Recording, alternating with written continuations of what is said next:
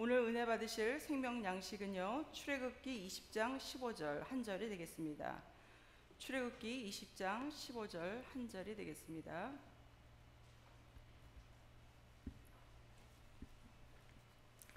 다 찾으신 줄 알고 제가 받들어 읽도록 하겠습니다. 오늘의 생명 양식 출애굽기 20장 15절 말씀. 도적질 하지 말지니라, 이는 하나님의 말씀이니라. 아멘. 오늘 은혜 받으실 말씀의 제목은 도적질 하지 말지니라 라는 제목으로 말씀을 주시겠습니다. 많은 은혜 받으시기 바랍니다. 가브리엘 중찬단의 은혜로운 찬양이 있겠습니다.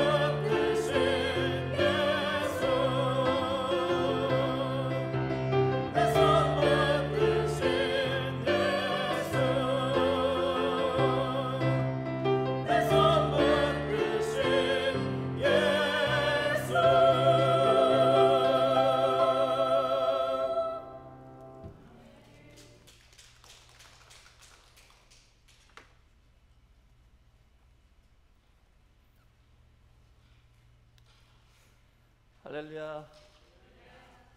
네, 우리 가브리엘 중창단의 아주 경쾌한 찬양 진심으로 감사드립니다. 오늘 저희는 이 십계명 공부를 계속 진행하고 있죠. 그래서 출애굽기 20장 15절 말씀을 통해서 도적질하지 말지니라 라는 제목으로 잠시 은혜를 나누겠습니다.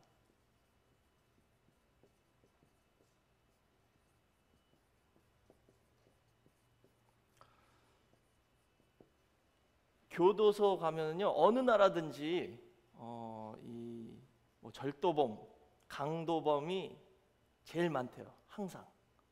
그만큼 이 도적질이라는 이 범죄가 인간이 범하는 죄 중에 가장 많이 범하는 죄라고 말할 수 있죠. 근데 도적질은 욕심 때문에 결국은 하는 거잖아요. 그렇죠? 근데 골로새서 3장 5절 말씀 보시면 탐심은 우상 숭배다라고 말씀하셨습니다.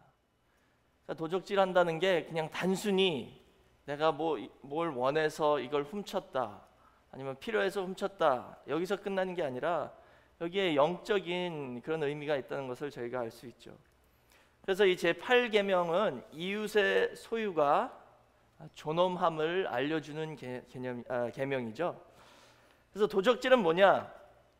이웃의 소유를 주인의 허락 없이 그리고 권한 없는 자가 가져가는 또는 취하는 일체의 행동을 다 도적질이다라고 말하는 거예요. 주인의 허락 없이, 그리고 권한 없는 자가 내게 아닌데 그것을 취하는 것, 그걸 가져가는 게 그 모든 것이 다 도적질이라는 것이죠.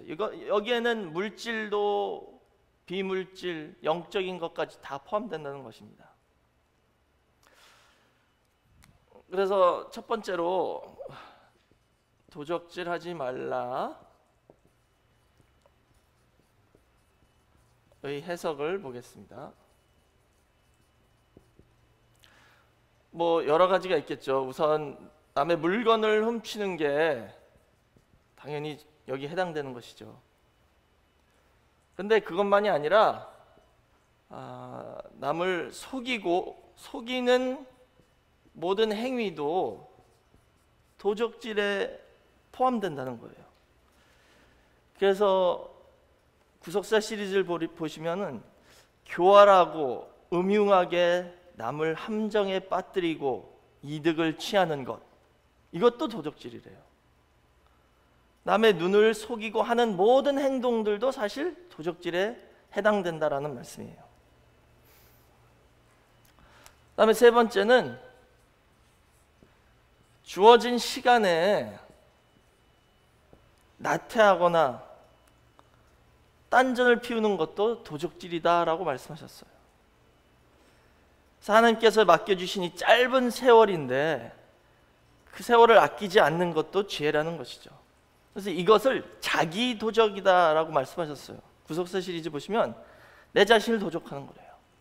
그래서 잠언서 24장 33절에서 34절 말씀 보시면 조금만 더 자자, 조금만 더 쉬자, 이러다가 네 빈궁이 도적같이 임한다라고 말씀하셨어요. 그러니까 말씀 받은 성도는 더욱더 열심히 살아가야 되고 더욱더 부지런해야 된다는 것을 보여주고 있죠.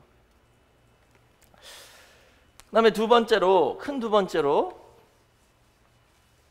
이 도적질에 대한 피해 보상의 규정이 너무나도 정확하게 성경에서 기록되어 있습니다. 그 뜻은 뭐냐면 하나님이 이 도적질에 대해서 그만큼 중요시 여기셨다는 것이죠. 근데 그 내용이 어디 있냐면 출애굽기 22장 1절에서 15절에 나와 있는데요. 거기 보시면 배상하라, 배상하라라고 계속 한국말로는 나와 있죠. 뭐 소를 훔치면, 소 한 마리를 훔치면 소를 5마리를 갚아야 되고, 그거보다 좀 작은 양을 훔치면 양은 4마리를 갚아야 된대요. 이렇게 너무 정확하게 하나님이 이걸 다 기록을 해두셨어요. 근데 여기 배상하라라는 단어가 히브리어로 샬렘입니다.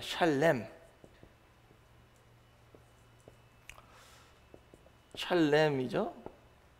이것은 샬롬하고 같은 어원에서 파생된 단어예요. 샬롬은 저희가 잘 알잖아요. 평화라는 뜻이죠. 평강, 히브리어로. 그러니까 배상하는 건 뭐예요? 평강을 회복한다는 뜻입니다. 그러니까 도적질하는 것은 뭐예요? 사람과 사람 사이에, 또 하나님과 사람 사이에 그 평강이 깨진다는 뜻입니다. 그래서 그것을 배상하는 게 그 평화를 다시 회복하는 방법이라는 것이죠. 이것을 꼭 사람과 사람 사이만 생각하지 마세요. 하나님과 나 사이에서도 내가 혹시 하나님 것을 도적질하지 않나, 오늘 이 말씀을 들으시면서 한번 생각해 보시기 바랍니다. 하나님께서는 모든 사람에게 그 사람이 필요한 것들을 정확하게 다 주셨어요. 그렇죠? 이 사람은 이만큼, 또 저 사람은 저만큼. 그 사람마다 다 필요한 게 다 다른데 하나님은 그걸 다 아시고 주신 거거든요. 근데 거기서 도적질 한다는 것은 뭐냐면 하나님께서 그렇게 주신 것을 훔치는 것만이 아니라 하나님의 권한에 침범하는 것이고, 하나님 것을 결국 도적질하는 거나 마찬가지죠. 그 다음에 세 번째로 이웃의 자유와 행복에 대한 의무, 정확하게 또 성경에 나와 있어요. 우리는 서로가, 모든 사람이, 우리 주변 사람들이 다 행복하게 살 수 있는 권리가 있는 거예요. 미국도 이 나라가 처음 세워질 때 이 나라를 세우신 분들, 또 헌법을 쓰신 분들이 그걸 말씀하셨잖아요. 모든 인간은 생명과 자유와 행복의 추구에 권리가 있다라고 말했잖아요. 그것은 어느 누구도 뺏을 수 없는 그런 인권이다라고 주장한 것이죠. 근데 하나님도 성경에서도 그것을 말씀하고 있어요. 그래서 예를 들자면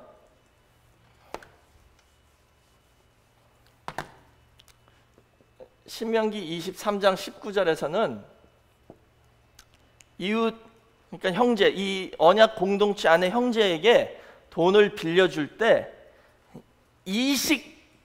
이식을 받지 말래요. 이식은 뭐냐면 아주 심한 이자, 가혹한 이자를 의미하는 거예요. 근데 여기 이 이식이라는 단어가 히브리어로 네쉐크입니다. 그 뜻은 뭐냐면 물어뜯다라는 단어에서 파생된 단어예요.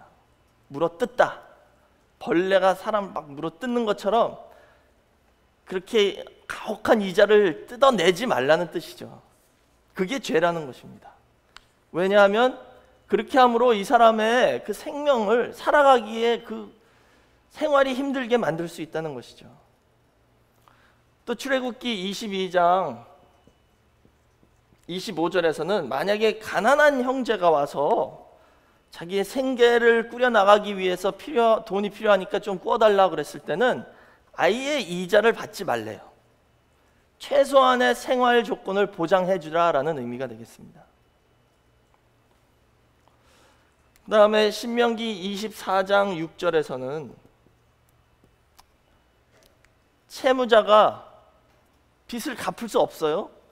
그러면 뭔가 전당을 잡히잖아요. 근데 거기에 맷돌을 내놓으면 이거라도 가져가세요 그랬을 때 그 맷돌을 전집을 하지 말라. 전집으로 가져가지 말라. 맷돌의 전집을 금하셨어요. 왜냐하면 이 맷돌이 있어야지 먹고 사니까. 이걸 갈아가지고 먹을 수 있거든요. 그 당시에는. 그러니까 맷돌을 전집을 금하신 명령이 이 성경에 나와 있습니다. 이만큼 하나님께서는 그 이스라엘 백성들, 하나님의 백성들이 최소한의 생활을 꾸려나갈 수 있도록 보장해 주는 게 하나님 앞에 그만큼 중요했다는 것이죠. 이 수천 년 전에 쓰신 이 율법인데요, 이런 게 너무나도 정확하게 기록되어 있는 걸 볼 때 우리 하나님이 얼마나 자비와 긍휼이 많으신 분인지 알 수 있죠. 이렇게 세밀한 내용까지 다 찝어서 기록하셨습니다.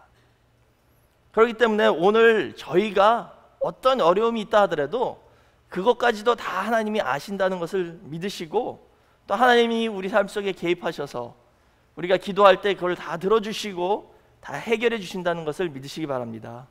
그렇기 때문에 어떤 문제라도 감사하는 마음으로 하나님 앞에 충성하면서 인내하여 나아갈 때 그 모든 문제 해결만이 아니라 그 후에는 더욱더 큰 은혜, 또 욥같이 갑절의 축복을 저와 여러분에게 다 내려주신다는 것을 믿으시기 바랍니다. 큰 네 번째로 이 도적질하지 말라의 복음적 확대입니다.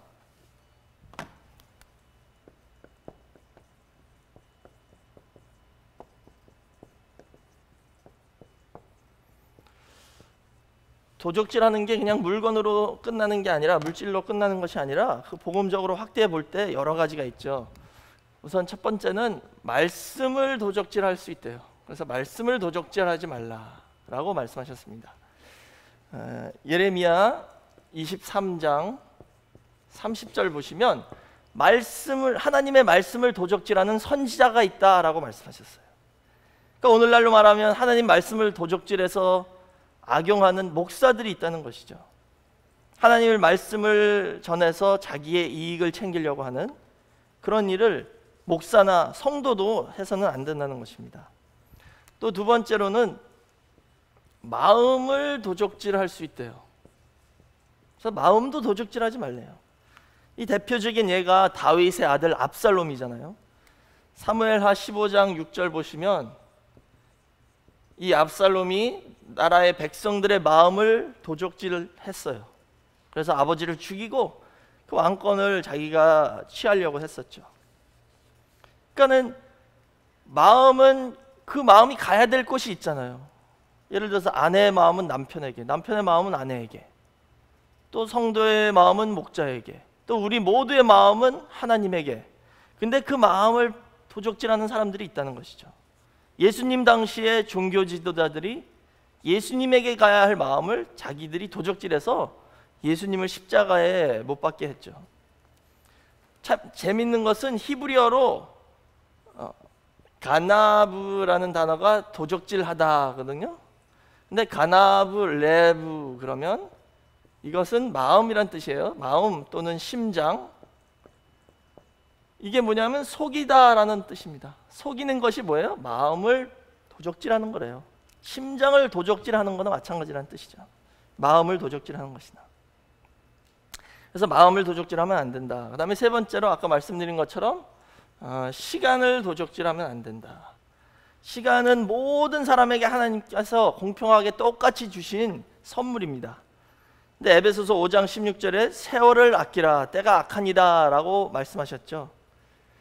그래서 우리의 시간을 육신의 정욕과 안목의 정욕과 이생의 자랑을 위해서 사용하면 그런 사람은 생각지 않을 때 주님이 오셔서 다시 오시는 주님을 맞이하지 못하고 나고자가 될 수 있다라고 말씀하셨어요. 그러니까 저희는 항상 말씀 안에서 깨어 있어야 된다는 것을 보여주고 있죠.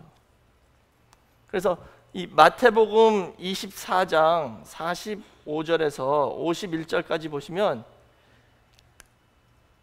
주인이 이 종에게 맡겨두고 가셨잖아요.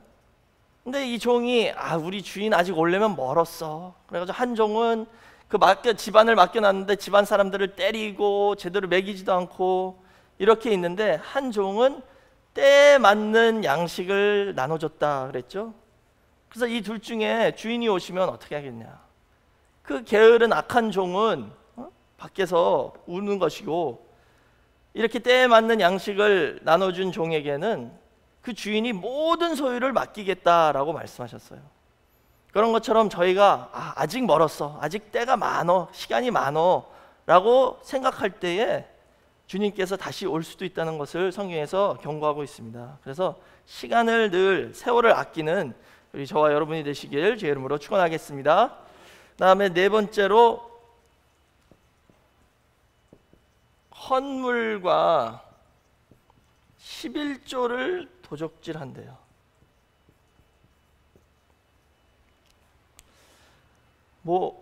목사가 설교하기 제일 힘든 게 헌금에 대한 말씀이죠. 또 11조에 대한 설교. 근데 성경에서는 분명히 이것을 선포하라라고 말씀하고 있습니다. 말라기 3장 8절 말씀 보시면 하나님이 이스라엘 백성들에게 그러셨어요. 사람이 어찌 하나님의 것을 도적질하겠느냐? 그러나 너희는 나의 것을 도적질하고도 말하기를 우리가 어떻게 주의 것을 도적질하였나이까 하도다. 이는 곧 11조와 헌물이라 라고 말씀하셨습니다. 예를 들어서 서울에 한국의 어떤 대형 교회 가면은요, 사람이 너무 많으니까 헌금 바구니 지나갈 때 손을 놓고 쓱 이래도 모른대요. 그런 일도 있대요. 또 미국에서 그런 일이 많죠. 헌금 시간대 강도가 총 들고 들어와가지고 교회를 헌금을 털어간 적이 있어요. 뉴스에도 많이 나왔습니다.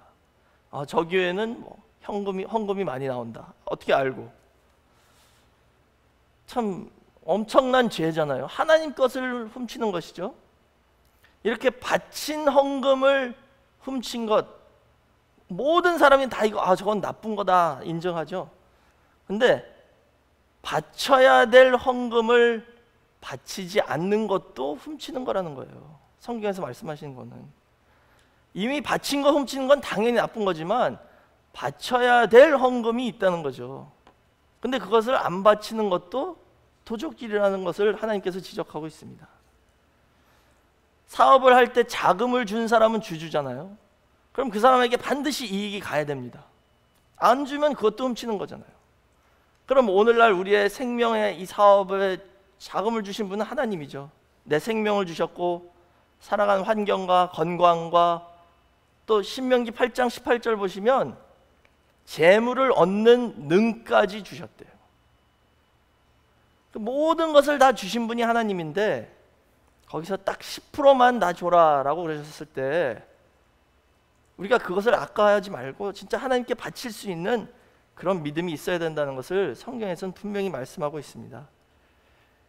그래서 이 11조라는 게 참 어렵죠. 그러나 성경 말씀대로 지금 말씀드린 거니까 그 말씀을 진짜 믿음으로 받아들이셔서 성경에서 말씀하신 원칙대로 하실 때 하나님께서 그 말라기 3장 10절 보시면 11조를 바치면 하늘 문을 열어서 축복을 너무 주셔서 쌓아둘 곳이 없을 정도로 많게 주신다라고 약속하셨습니다. 그 말씀대로 우리 늘품교회 모든 성도님들이 진짜 하늘 문이 활짝 열리는 그런 축복을 다 받으시길 주의 이름으로 축원하겠습니다. 이렇게 이 네 가지가 도적질하지 말라의 복음적 확대예요. 그렇다면 이 제8계명 도적질하지 말라의 구속사적 교훈이 무엇일까? 오늘 이것이 우리에게 어떤 영적 교훈을 주는지 한번 보겠습니다.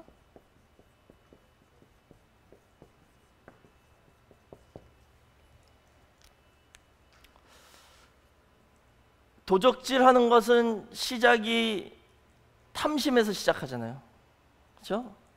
탐심은 뭐냐면 우상숭배래요. 우상숭배는 뭐예요? 하나님에게 가야 할 마음을 무엇에게 뺏기면 그게 우상숭배입니다. 그러니까는 내가 이것을 도적질하는 순간 먼저 내 마음이 하나님에게부터 이 물건으로 간 거예요. 그 다음에 손까지 갔습니다. 그러니까 이것은 도적질한 죄만이 아니라 하나님에게 내 마음을 빼앗아간 영적 도적질 죄도 되는 거예요. 그리고 우상숭배 죄까지 되는 거고. 그렇기 때문에 여기에선 여러 가지가 걸리는 겁니다. 지금 첫 번째 계명도 걸리고요, 8번째 계명도 걸린다는 것이죠. 특별히 이 도적질하지 말라의 구속사적 교훈에 대해서는 이 아간의 범죄에 대해서 살펴보시면, 아간 아시죠? 여호수아가 이스라엘 백성들을 이끌고 여리고 성을 점령했을 때 하나님이 여리고 성은 받쳐진 것이다 라고 선포하셨어요. 그게 히브리어로 헤렘입니다. 헤렘. 그것은 뭐예요? 받쳐진 것.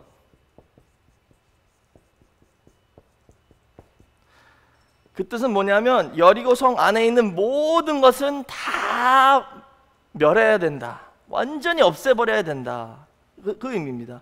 하나님께 바쳐진 것이기 때문에 완전히 멸해야 된다는 의미가 담겨 있죠. 그게 여호수아 6장 17절에서 18절에 나와 있습니다.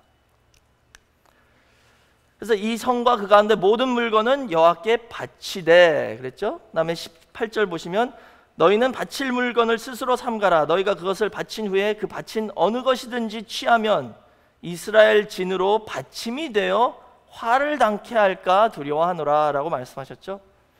이렇게 명령하셨는데 이 아간이란 사람이 시날산에서 온 외투 한 벌, 또 은 200세겔, 그리고 금덩이 50세겔 하나 보고 탐이 나서 그것을 몰래 훔쳐서 집에 가서 딱 숨겨놓은 거예요. 그리고 그 다음에 아이성을 점령하러 갔을 때 이 아간의 죄 때문에 이스라엘이 아이성에서 졌습니다. 아이성은 여리고보다 훨씬 더 작은 성이에요. 그러니까 금방 쉽게 이길 줄 알았는데 여기서 완전히 졌어요. 그래서 여호수아가 하나님께 기도했더니 이런 범죄가 있어서 그렇게 됐다라는 것을 깨달았죠. 여기 이 헤렘이란 개념을 저희가 잘 이해를 해야 돼요. 바친 것. 두 가지 의미가 있습니다. 이것은 하나님께 완전히 바쳐진 것, 성별된 것을 의미하고, 두 번째는 멸하기로 정해진 것을 의미합니다. 이 세상에서 완전히 진멸해야 되기로 정해진 것도 바친 것. 그러니까 두 가지 의미가 있는데 완전히 상반되는 의미죠. 하나는 하나님께 거룩하게 완전히 바쳐진 것이 있고, 하나는 이 세상에서 완전히 없어져야 되는, 멸해야 되는 그런 정해진 것을 의미하는 것이죠. 그런데 여호수아 7장 12절 보시면은요, 이 헤렘을 취하는 사람은 헤렘이 된다라고 나와 있어요. 하나님께 바쳐진 것을 훔치면 그 사람은 멸망을 받게 정해진 사람이 되는 것이죠. 헤렘을 훔치면 내가 헤렘이 된다는 거예요. 나는 완전히 멸해져야 되는 사람이 된다는 뜻이죠. 그러니까는 사람 것을 훔치는 것도 큰 죄인데, 하나님 것을, 하나님께 온전히 바쳐진 것을 훔쳤다는 것이죠. 이게 왜 중요하냐면, 최초 헤렘은 뭐냐? 성경에 이 단어를 쓰진 않지만 아담과 하와가 따먹은 선악과입니다. 선악과는 하나님에게 속한 거예요. 절대 손대면 안 되는 겁니다. 하나님께서 딴 거는 다 먹어도 요거는 건들지 마라고 말씀하셨죠. 그 다음에 뭐라고 그랬어요? 이거 먹는 날 정령 죽으리라. 그러니까 이거 건드리면 너는 받쳐짐이 된다, 멸하기로 정해진 것이 된다, 헤렘이 된다라는 의미죠. 그렇기 때문에 에덴 동산에서 아담과 하와는 제 8번째 계명인 도적질하지 말라의 계명을 범했다는 것을 알 수가 있습니다. 그렇다면 오늘날 저희에게도 헤렘이 있어요. 오늘날도 헤렘이 있습니다. 그 헤렘은 뭐냐? 사람의 몸과 마음이에요. 우리의 몸과 마음이 하나님께 바쳐져야 되는 겁니다. 자, 다 같이 고린도전서 6장 13절과 19절 읽어보겠습니다. 고린도전서 6장 13절과 19절.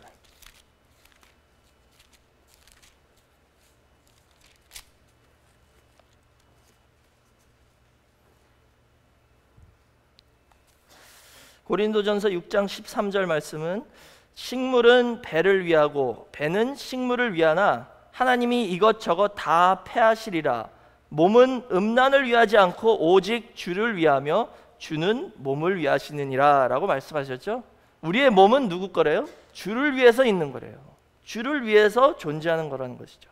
또 19절 보시면, 너희 몸은 너희가 하나님께로부터 받은 바 너희 가운데 계신 성령의 전인 줄을 알지 못하느냐? 너희는 너희의 것이 아니라 라고 말씀하셨죠. 너희는 성령의 전이라, 성전이란 뜻이에요. 우리는 이 몸은 내게 아니라는 것이죠. 하나님이 예수님의 십자가의 피로 값주고 사신 저와 여러분이라는 것을 분명히 말씀하고 있습니다. 그러니까 이것은 헤렘이란 거예요. 어느 누구에게도 주면 안 된다는 것이죠. 오직 성령님만이 이 몸을 취할 수 있다는 것입니다. 그래서 로마서 12장 1절 말씀 보시면, 그러므로 형제들아, 내가 하나님의 모든 자비하심으로 너희를 권하노니 너희 몸을 하나님이 기뻐하시는 거룩한 산 제사로 드리라. 이는 너희의 드릴 영적 예배니라 라고 말씀하셨죠. 우리 몸을 이렇게 교회에 나와서 하나님 앞에 산 제사로 예배를 드림으로, 또 찬양을 함으로, 또 봉사하고 섬기며 또 전도함으로 하나님 앞에 산 제사로 드려야 된다는 것이죠. 우리 몸과 마음을 가지고 하나님이 우리 몸과 마음을 창조하신 목적이 뭐냐면요, 하나님의 영광을 위해서라고 말씀하셨어요. 영광. 그래서 이사야 42장 8절에 하나님이 분명히 말씀하셨죠. 나는 내 영광을 다른 자에게 절대 주지 않는다. 내 영광을 다른 자와 다른 우상에게 절대 주지 않겠다라고 말씀하셨어요. 하나님은 그거 철저히 지키십니다. 그러니까 우리가 우리 몸과 마음으로 다른 우상이나 다른 신에게 영광 돌릴 때 하나님께서 절대 기뻐하시지 않는다는 것이죠. 그래서 결국은 뭐냐 하면, 비유적으로 말하자면 우리는 그리스도의 신부입니다. 신부. 아내는 남편을 위해 존재하는 거고 남편은 아내를 위해서 존재하는 거잖아요. 마찬가지로 저희는 하나님을 위하여, 그리스도를 위해서 존재한다는 것이죠. 그래서 요한계시록 19장 7절에서 8절 말씀 다 같이 찾아보겠습니다. 요한계시록 19장 7절에서 8절 말씀.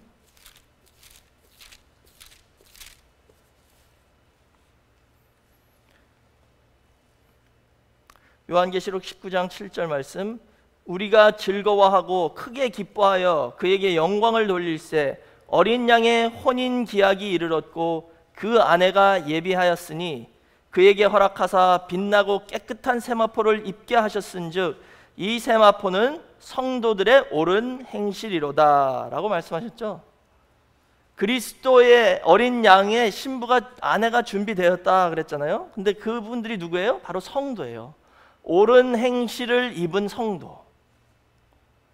그럼 옳은 행실을 입으려면 어떻게 해야 되겠습니까? 저희가 지금 십계명을 공부하는데 이 십계명을 지켜야 되잖아요. 근데 우리가 십계명을 어떻게 다 지켜요? 타락한 인간이.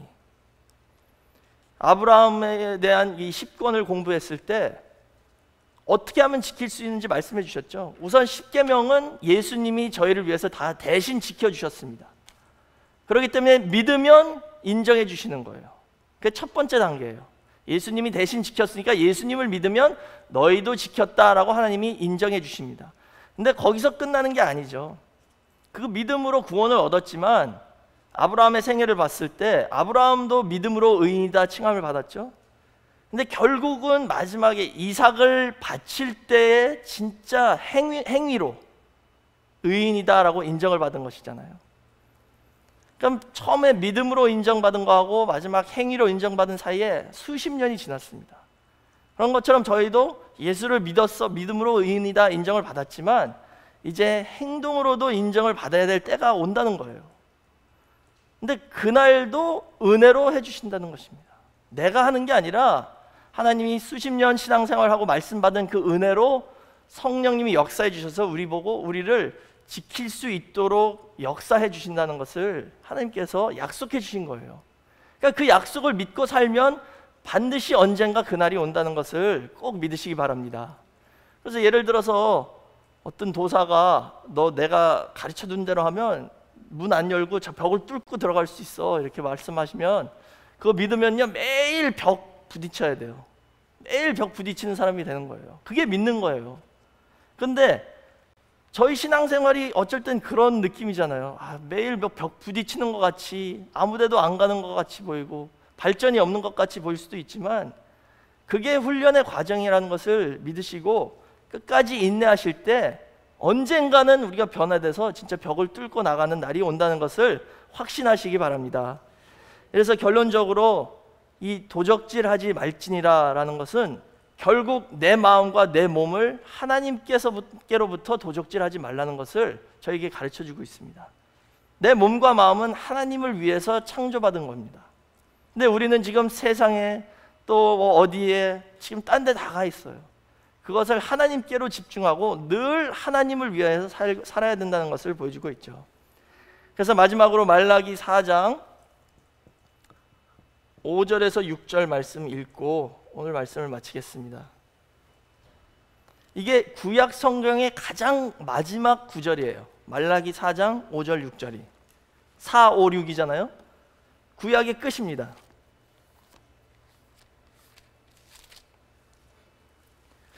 말라기 4장 5절에서 6절 구약의 끝에 하나님이 뭐라고 말씀하셨냐. 보라, 여호와의 크고 두려운 날이 이르기 전에 내가 선지 엘리야를 너에게 보내리니 그가 아비의 마음을 자녀에게로 돌이키게 하고 자녀들의 마음을 그들의 아비에게로 돌이키게 하리라. 돌이키지 아니하면 두렵건대 내가 와서 저주로 그 땅을 칠까 하노라 하시니라 라고 말씀하셨죠. 여호와의 크고 두려운 날은 주의 강림하시는 날입니다. 그러니까 오늘 우리에게는 주의 재림의 날이죠. 그 재림의 날이 오기 전에 엘리야 선지자를 보내신대요.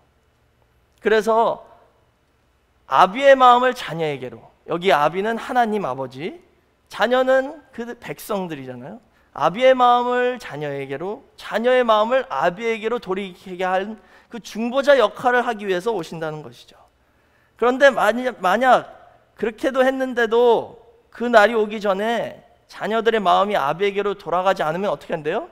저주로 땅을 치신다 그랬죠. 근데 여기 저주가 히브리어로 헤렘입니다. 헤렘. 멸하기로 정해진 것. 아비에게로 마음이 돌아가지 않은 이 세상 사람들은 결국 진멸당하기로 정해진 헤렘으로 인정을 해서 마지막 때 심판에 다 하나님께서 멸하시겠다는 것이죠. 그러니까 그 날이 오기 전에 우리가 해야 될 것은 뭐예요? 내 마음이 아버지에게로 갔는지 확인을 하셔야 된다는 것이죠. 그리고 아버지가 나를 인정해 주시는지. 나만 아버지 인정은 뭐예요? 아버지가 나를 인정 안 해주시는데. 그러니까 아비의 마음이 우리에게 돌아오셔야 되고 우리의 마음도 아버지에게 가서 마음이 딱 만나야 된다는 것입니다. 이것을 크고 두려운 그날이 오기 전에 해야 된다는 것이죠.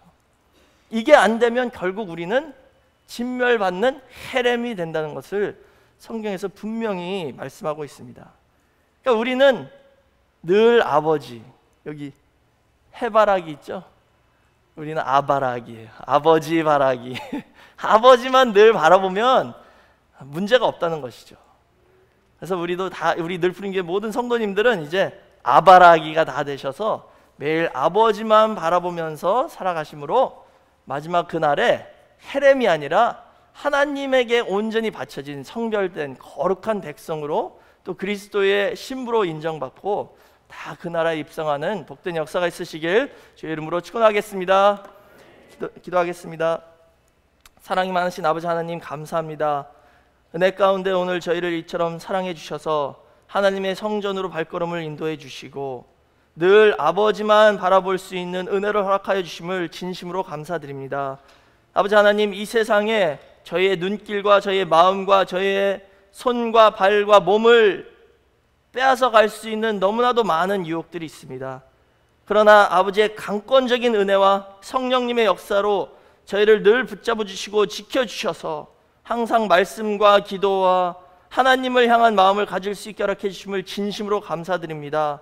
저희는 늘 부족하오니 아버지께서 늘 인도해 주셔서 여호와의 크고 두려운 그날이 오기 전에 하나님 아버지에게 완전히 마음이 확정될 수 있게 허락하여 주시고 아버지와 하나가 되는 복된 역사 있게 허락하여 주시옵소서.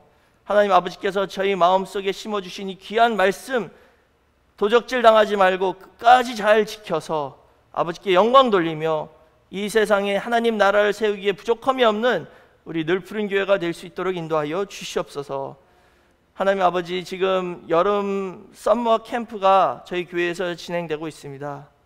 50여 명의 귀한 자녀들을 저희 교회에 맡겨주심을 진심으로 감사드립니다. 우리 선생님들이 하나님의 마음을 품고 그 아이들을 늘 사랑할 수 있게 허락하여 주시고 잘 돌보아서 그들을 통하여 하나님 크신 영광 받으시고 또 그 가정이 다 말씀 앞으로 전도받는 귀한 역사만 있게 허락하여 주시옵소서. 내일 특별히 첫 번째 필드트립으로 저희가 아이들을 데리고 나갑니다. 나갈 때 그 발걸음을 지켜주셔서 한 사람도 다치지 않고 한 아이도 다치지 않고 아버지께서 눈동자처럼 지켜주시는 복된 역사 있게 허락하여 주시옵소서. 아버지, 이 시간에 헌금을 바치는 시간입니다. 하나님께서 저에게 모든 것을 주셨사오니 그 중에 작은 일부를 정성껏 바칠 때에 아버지께서 기뻐 흠양하여 주시고 하늘 문을 열어 가정가정마다 천천만만 배의 복이 쏟아지는 역사 있게 허락하여 주시옵소서. 모든 것을 감사드리며 예수님의 이름으로 기도드렸사옵나이다. 아멘. 하나님께 영광 돌리겠습니다.